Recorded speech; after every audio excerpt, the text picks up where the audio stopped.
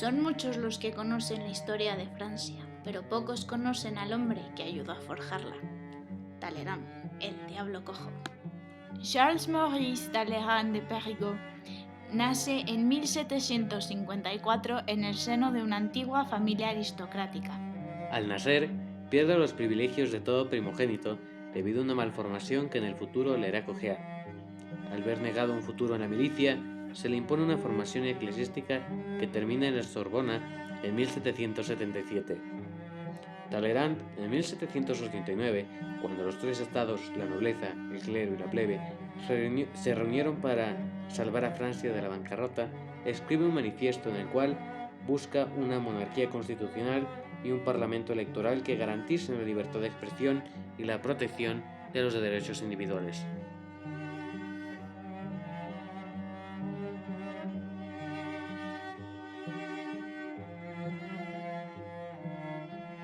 Ayudó con su conocimiento eclesiástico a los revolucionarios a nacionalizar los bienes de la Iglesia y a poner fin al catolicismo como la religión de Francia.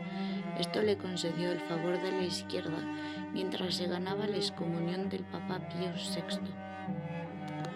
Simultáneamente mantenía una secreta correspondencia con Luis XVI, motivándolo a que se diera una monarquía limitada y acusara la fuerza en contra del populacho, a lo cual el rey se rehusó. Cuando Robespierre y sus compinches toman cargo, un hombre con el bagaje de Talleyrand no tenía oportunidad de escapar de la guillotina.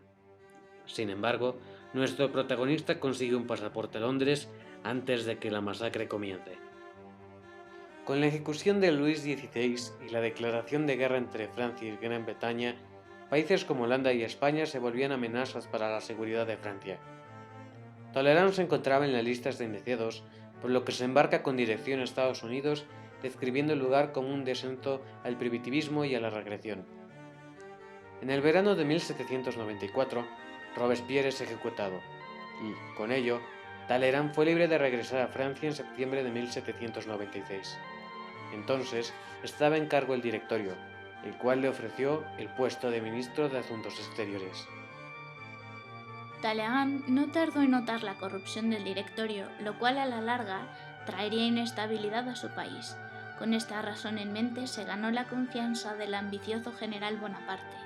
Con él, acordó sabotear al directorio reemplazándolo con un consulado formado por 3 hombres, dándole a Napoleón, por supuesto, el cargo de primer cónsul.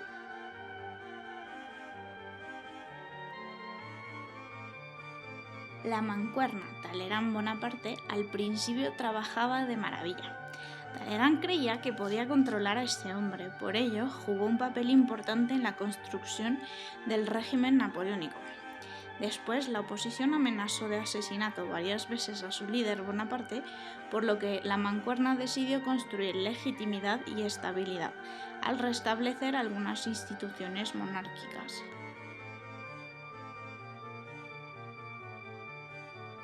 Napoleón resolvió el problema nombrándose emperador. Para asegurar el imperio de Bonaparte, había que eliminar cualquier amenaza proveniente de la familia del monarca derrotado. Así que a Talleyrand se le considera autor intelectual del asesinato del duque de Enghien, un príncipe borbón. A tales acusaciones, Talleyrand sostuvo solo haber estado presente en las deliberaciones. Cuando Napoleón empieza un proceso de autodestrucción, Talleyrand organiza asombrosos banquetes para los enemigos de Bonaparte, y así acelerar la caída del emperador. Banquetes, por cierto, liderados por el creador de la Nouvelle Cuisine y del tradicional uniforme de los chefs, carré. Napoleón amenazó con colgarlo en la Place du Carrousel, a lo que serenamente Talleyrand respondió: «¡Qué desgracia! Un gran hombre con tan mal temperamento». Así, Talleyrand salió con su archienemigo Joseph Fouché, ministro policial de Napoleón, y con el zar Alejandro I, a quien contaba todos los planes de Bonaparte con el fin de sabotearle. Napoleón es derrocado en 1814 y el propio Talleyrand queda al mando de Francia como primer ministro. Restaurar la legitimidad era la prioridad. Talleyrand es primer ministro de Francia el 9 de julio de 1815, durando poco más de un mes en el cargo, hasta que prepara el regreso de la monarquía, esta vez de los Borbones. Así llega Luis XVIII, tan gordo como él solo, queriendo borrar de la mente de los franceses al tricolor y a Napoleón. Hace de Talleyrand su primer ministro, quien bajo el Tratado de París asegura para Francia sus fronteras prerevolucionarias. Esto lo volvió odiado por los franceses, pero este es un logro subestimado, pues concentró al país y terminó las ocupaciones militares.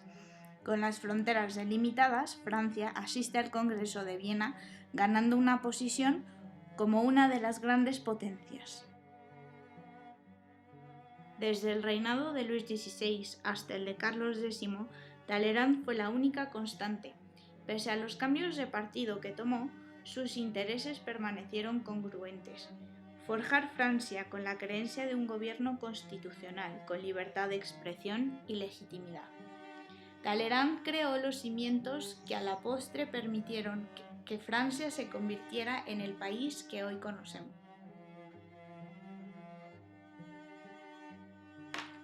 Talleyrand fue considerado un diablo hábil, encantador, educado, traidor, un diablo cojo. La mejor estrategia del diablo es hacer creer que no existe.